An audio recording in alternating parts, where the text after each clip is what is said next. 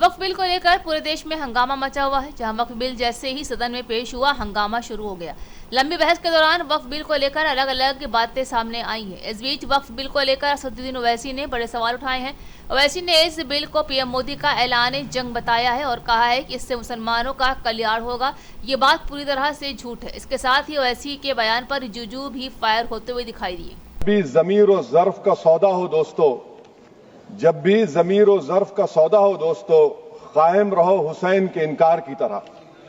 Sir, ये वक्फ तरमीमी bill Bharat के गयूर मुसलमानों के ईमान पर, इबादत पर एक हमला है।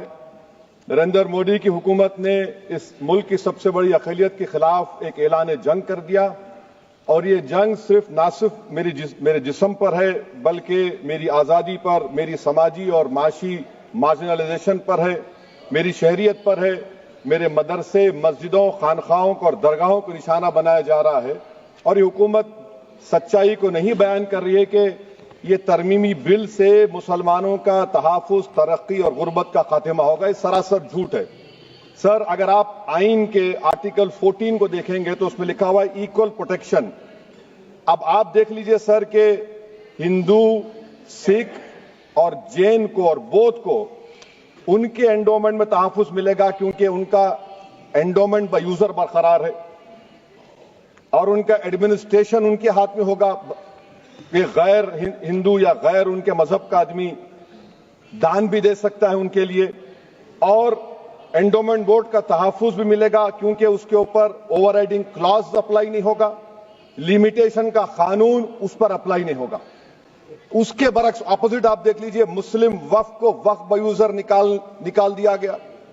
एक मुस्लिम वक्फ की जायदाद पर कब्जा होगा, लिमिटेशन लगेगा तो जो एनक्रोचर है, जो खाबिज है, वो रातों रात मालिक बन जाएगा और एक गैर मुस्लिम वक्फ बोर्ड को एडमिनिस्टर करेगा। ये आर्टिकल 14 के इक्वल प्रोटेक्शन का वायलेशन।